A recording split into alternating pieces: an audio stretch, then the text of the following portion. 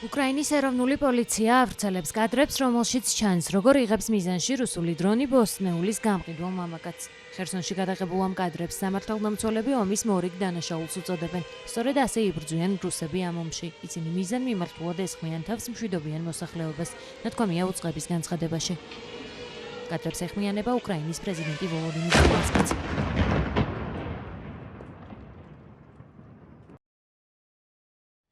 დღეს ბევრი კიდევ ერთხელ შეძრა ვიდეომ, რომელშიც ჩანს, როგორ ნადირობენ რუსები ხერსონში მშვიდობიანი მოსახლეობის წინააღმდეგ დრონებით. რუსულმა დრონმა განზრახა მოიღო მიზანში ბოსტნეულის გამყიდველი მამაკაცი და მის გვერდით აფეთქდა. რუსებმა ეს ქმედება თავადაც აღიარეს სინანულის გარეშე და ღიად ტრაბახობენ, რომ მშვიდობიან მოსახლეობას სტანჯავენ. აფეთქების შედეგად მამაკაცი დაშავდა. ხერსონში მცხოვრები რიგითი ადამიანები ყოველდღიურად ხდებიან ასეთი რუსული ნადირობის მსხვერპლი. სოფლიომ ეს უნდა დაინახოს. უნდა ნახოს ყველა მტკიცებულება იმისა, რომ რუსეთი ჭკუიდან გადავიდა და მისი სამხედროების სიამოვნებას იღებენ მშვიდობიანი მოსახლეობის მკვლელობით და მათზე ძალადობით. რუსეთზე ზეწოლის მისი აგრესიის შესაძლებლობების შესუსტებისა და რეალური უსაფრთხოების გარანტიების გარეშე. შეუძლებელია წარმოვიდგინოთ მსოფლიო, რომელსაც ამ ბოროტებასთან თანაცხოვრება შეუძლია.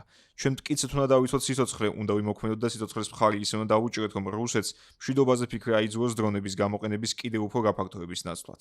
ეს მხოლოდ უკრაინას არ ეხება. რუსეთის კამპანია ადამიანის სიცოცხლის წინააღმდეგ სწორედ უკრაინაში უნდა შეჩერდეს, ვიდრე ის კიდევ უფრო გავრცელდება. ფინეთმა და ყაზახეთმა, ბალტიისპირეთის ქვეყნებმა და პოლონეთმა, სამხრეთ კავკასიის ქვეყნებმა, რუმინეთმა და მოლდოვამ ერთად უნდა იმუშაონ რეალური უსაფრთხოების გარანტიების უზრუნველსაყოფად და რუსეთის მიერ დაწყებული ომის დასასრულებლად. მშვიდობა აუცილებელია. ამისთვის კი საჭიროა ყველას თანამშრომლობა, ვინც მსოფლიოში მშვიდობას ნამდვილად აფასებს. მადლობა ყველას, ვინც უკრაინის გვერდით დგას. პოლიციის ინფორმაციით 52 წლის მამაკაცი, რომელიც ბაზარში ბოსტნეულს ეხდა, თავდასხმას გადაურჩა, თუმცა აფეთქების შედეგად ჭრილობები და სხვა დაზიანებები აქვს. უწყების თანახმად, მხოლოდ კვირას ხერსონის ოლქში 18 მშვიდობიანი მოქალაქე დაშავდა, 2 კი დაიღუპა.